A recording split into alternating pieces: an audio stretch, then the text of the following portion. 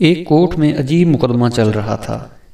ایک دیہاتی نے توپ کے لائسنس کے لیے درخواست دی تھی اور یہ دیکھنے ہزاروں کی بھیڑ اور میڈیا کورٹ میں موجود تھے۔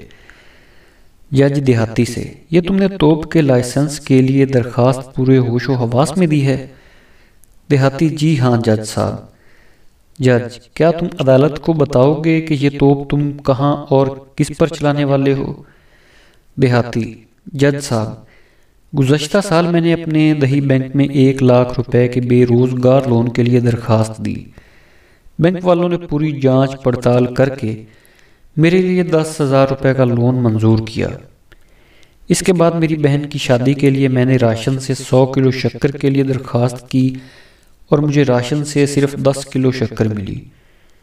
ابھی کچھ دن پہلے جب میری فصل شدید بارشوں کے نتیجہ میں آنے والے سیلاب میں ڈوب گئی تو پٹواری نے میرے لیے 50,000 روپے کا معاوضہ منظور کرنے کی بات کر کے گیا اور میرے اکاؤنٹ میں صرف 5,000 روپے ہی آئے۔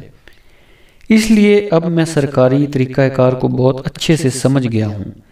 مجھے تو بندر بھگانے کے لیے پستول کا لائسنس چاہیے تھا، پر میں نے سوچا کہ اگر میں پستول کے لائسنس کی درخواست دوں گا تو مجھے کہیں آپ گلیل کا لائسنس ہی نہ دے دیں، اس لیے میں نے توپ کے لائسنس کی درخواست دی ہے۔